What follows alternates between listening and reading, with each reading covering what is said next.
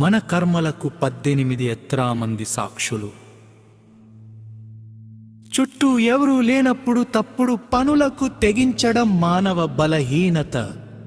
కాని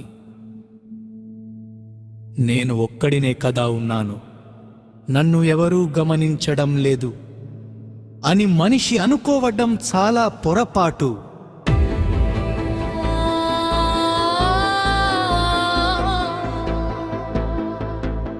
మనిషి ఏ పని చేస్తున్నా నిశితంగా గమనించేవి మూగసాక్షులు 18 ఉన్నాయి. 4 వేదాలు, పంచభూతాలు, అంతరాత్మ, ధర్మం, యముడు, ఉభయ సంధ్యలు, సూర్య చంద్రులు, పగలు రాత్రి, వీటినే అష్టాదశ మహాపదార్థాలు అంటారు. ఈ మూగ సాక్షులు మనిషిని అనుక్షణం నీడలా పర్యవేక్షిస్తుంటాయి.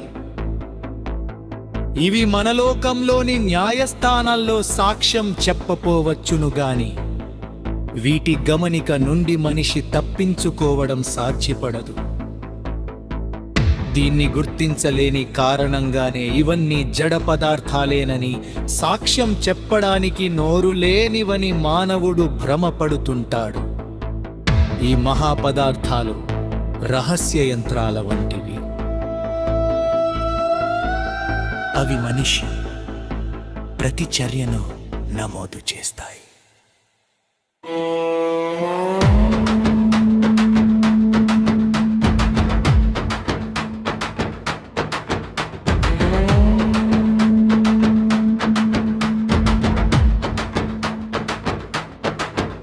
ఆ నివేదికల్ని విధికి చేరవేస్తాయి. అది వాటిని కర్మలుగా మలుస్తుంది. మనిషి చేసే పనులు మంచి అయితే సత్కర్మలుగా, చెడ్డవి అయితే దుష్కర్మలుగా విధి నిర్ణయిస్తుంది. సత్కర్మలకు సత్కారాలు, దుష్కర్మలకు జరిమానాలు అమలవుతాయి. అవి ఏవో మరు జన్మతో ఆ తరువాతో ఫలిస్తాని అనుకోకూడదు. ఈ జన్మలోనే అమలు చేయబడవచ్చు. ఇది నిరంతరాయంగా సాగిపోయే సృష్టి పరిణామక్రమం. అంతరాత్మ అనని ఒకటుందని ప్రతి మనిషికి తెలుసు. అది మనం చేసే పని మంచిదా చెడ్డదా అనే విషయాన్ని ఎప్పటికప్పుడే చెప్పేస్తుంది.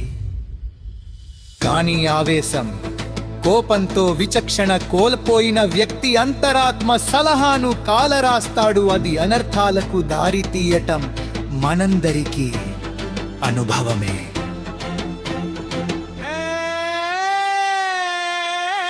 ఒక్కోసారి అంతరాత్మ నిలదీస్తున్నప్పుడు పశ్చాత్తాపంతో సిగ్గుతో తలదించుకుంటాం.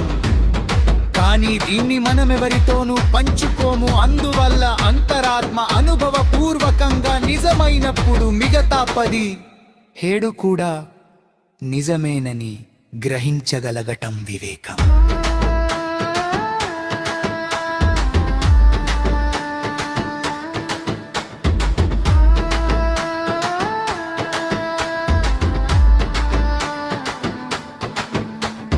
నలుగురికి తెలిసేలా దాన ధర్మాలు, క్రతువులు, పూజలు నిర్వహించాలన్న కుతూహలం అవివేకం.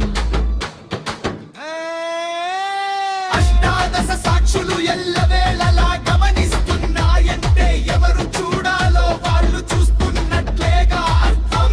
ఈ ఎరుక కలిగినప్పుడు ఏ మనిషి చెడ్డ పనులు చేయటానికి తెగించడు. ఎవరు చూసినా చూడకపోయినా మంచితనంతో తోటి వారికి సాధ్యమైనంత సహాయం చేయాలనే సత్సంకల్పంతో జీవితాన్ని గడపడముత్తమం. ఈ జ్ఞానం వల్ల మనిషి సాధ్యమైనన్ని మంచి పనులు చేయడానికి ప్రయత్నిస్తూ సుఖశాంతులకు నోచుకుంటాడు.